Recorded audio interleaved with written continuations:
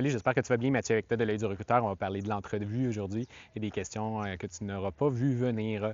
Souvent, elles viennent des gens de ressources humaines, ces questions-là, et c'est important pour nous de mieux comprendre leur métier de façon à ne pas tomber dans le cynisme. C'est assez facile de dire que les ressources humaines, c'est pas des gens qui sont humains, qui n'ont pas fait leur suivi, donc c'est nécessairement de mauvaises personnes. Nous autres, on va aller un petit peu plus loin puis comprendre leur métier aujourd'hui. Pourquoi est-ce qu'ils vont poser des questions d'exploration, aller creuser autant? Autrement dit, pourquoi ils sont aussi gossants et pourquoi est-ce que tu te sens mieux avec les gestionnaires d'embauche? C'est vrai qu'eux, ils parlent ton langage, mais il y a une raison aussi de désirabilité sociale parce qu'ils ils vont travailler avec toi au quotidien et ils ne veulent pas que tu les trouves gossants à partir du jour 1. Mais les gens de ressources humaines, eux autres, ça ne leur dérange pas nécessairement et ça fait partie de leur boulot d'aller poser des questions un petit peu plus difficiles que toi, tu vas appeler peut-être des questions pièges.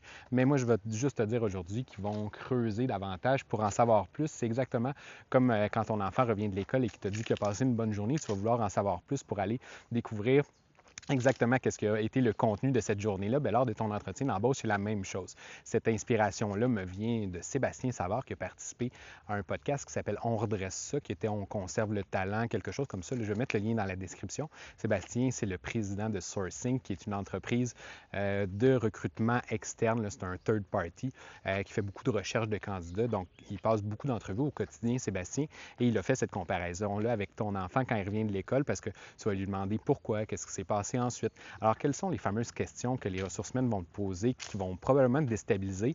Le pourquoi, c'en est l'une d'entre elles. Pourquoi est-ce que tu as fait ci de telle façon? Pourquoi est-ce que tu as fait ça d'une autre façon? Ils vont te demander aussi, est-ce que tu as un exemple? Peut-être que cette question-là, tu l'auras vu venir, mais ce que tu n'auras pas vu venir, c'est est-ce que tu as un deuxième exemple à me donner? Donc, cet exemple-là, c'est bien, mais est-ce que tu en aurais un autre à nous fournir? Ça se peut que ça te déstabilise. Alors, tu peux déjà commencer à le préparer.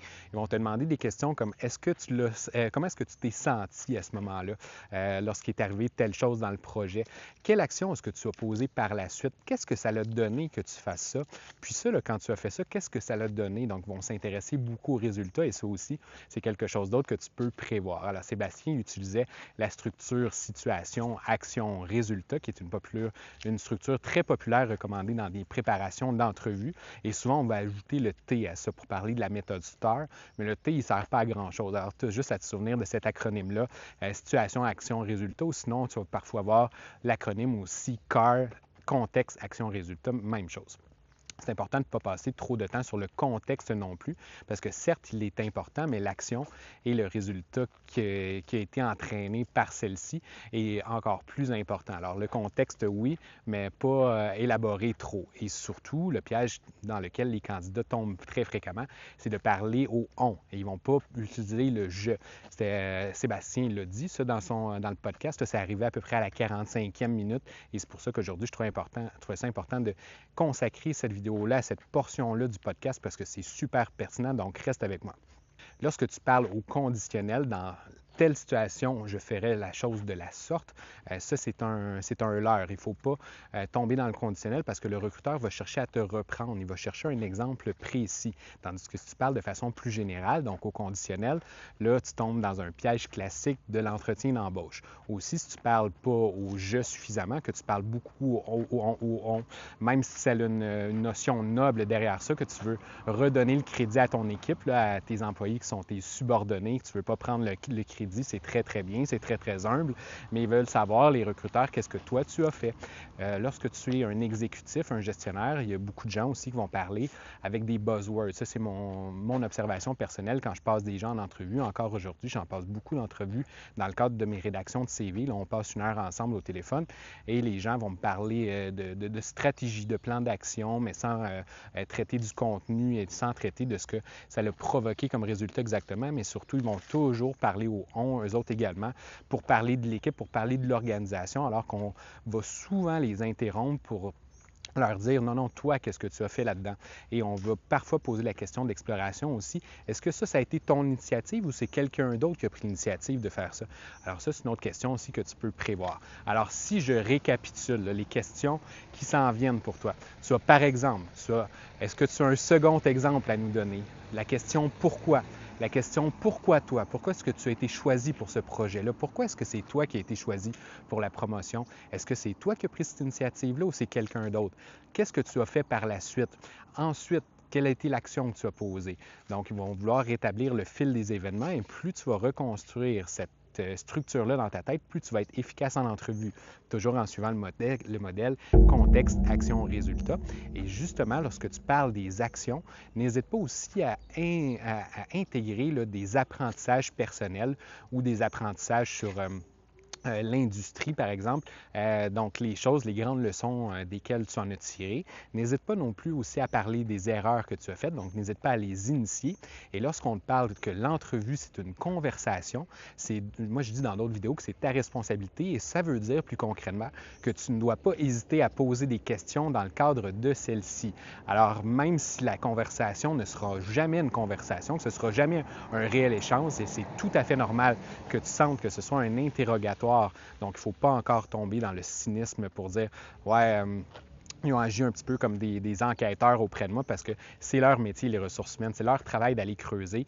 Ils ont une forte imputabilité, surtout pour des personnes tierces comme Sébastien qui ont des recommandations à fournir à des employeurs qui les paient de gros montants pour produire ces recommandations-là. C'est pour ça qu'ils vont devoir aller chercher les faits, aller poser toutes ces questions qui sont un petit peu gossantes de ton point de vue. Alors, les bons recruteurs comme M. Savard, c'est comme Sébastien Savard, eux autres, ils vont te préparer, ils vont te dire « Gars, c'est normal que tu te sentes un petit peu peinturé dans le coin à certains moments, mais si tu veux bien performer, bien, parle-moi au jeu, n'utilise pas le conditionnel et surtout, parle-moi là, de tes actions et de tes résultats. Puis aussi, n'hésite pas à me parler un petit peu du contexte pour me mettre en situation.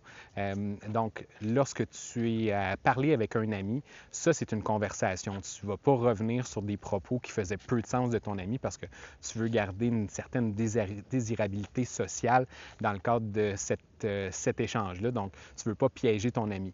Mais dans le cadre d'un entretien, c'est normal que tu te sentes piégé un petit peu comme en mode enquête parce que c'est pas le but d'être en mode conversation pour eux autres, les recruteurs. Lorsque tu es avec le gestionnaire, cependant, bien lui, il y en a une désirabilité sociale parce que tu vas travailler de longues années probablement avec lui ou sinon beaucoup de mois consécutifs et tu vas partager son quotidien. Et c'est important pour lui de démarrer sur de bonnes bases. Alors, lui, là, contrairement au style d'intervieweur des ressources humaines, il va davantage axer son échange sur une véritable conversation parce que c'est tout dans son intérêt de conserver un bon lien avec toi.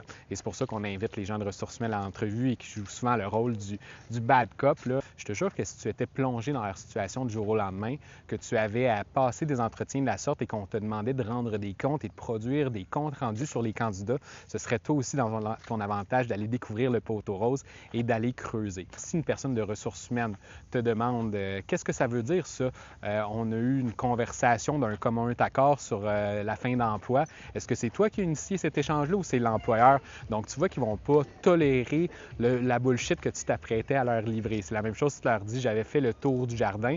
Ils vont te demander « ah oui, ça veut dire que tu as démissionné sans rien avoir, sans emploi qui t'attendait par la suite. Comment est-ce que tu vis ça, cette situation-là? » Et là, ils vont te demander tes sentiments, ils vont te demander plus de détails sur le contexte. Qu'est-ce qui a fait que tu en es arrivé là à être aussi frustré par ton emploi ou pas nécessairement frustré, mais avoir tant d'insatisfaction que tu en étais rendu à le quitter cet emploi-là pour rien avoir qui t'attend en retour sans aucune entrée d'argent. Alors ça, c'est un autre bon exemple aussi durant lequel ça se peut que tu sois fortement déstabilisé là, à la période où tu dois parler de tes raisons de départ en entretien. Si cette vidéo-là t'a effectivement été utile, je t'invite à mettre un like sur celle-ci. Ça va m'aider beaucoup avec l'algorithme. Ça va me donner un petit boost de confiance. Parlant de boost, j'ai écrit une infolette qui s'appelle 30 jours de confiance en recherche d'emploi et je reçois de plus en plus de commentaires positifs sur celle-ci. Je vais mettre le lien dans la description pour que tu ailles t'y inscrire. C'est fait spécifiquement pour toi. Ça va te donner des nouvelles perspectives sur ce moment difficile-là que tu es en train de vivre où on va se le dire, c'est pas chaque jour qui est facile lorsqu'on est en recherche active d'emploi et ça va t'aider beaucoup cette infolette-là. Aussi, abonne-toi à la chaîne pour plus de vidéos comme celle-ci sur l'entrevue, sur le profil LinkedIn, sur la rédaction de CV, sur la carrière en général. Puis nous, on se dit à la prochaine pour une autre vidéo de l'Œil du recruteur. Allez, salut!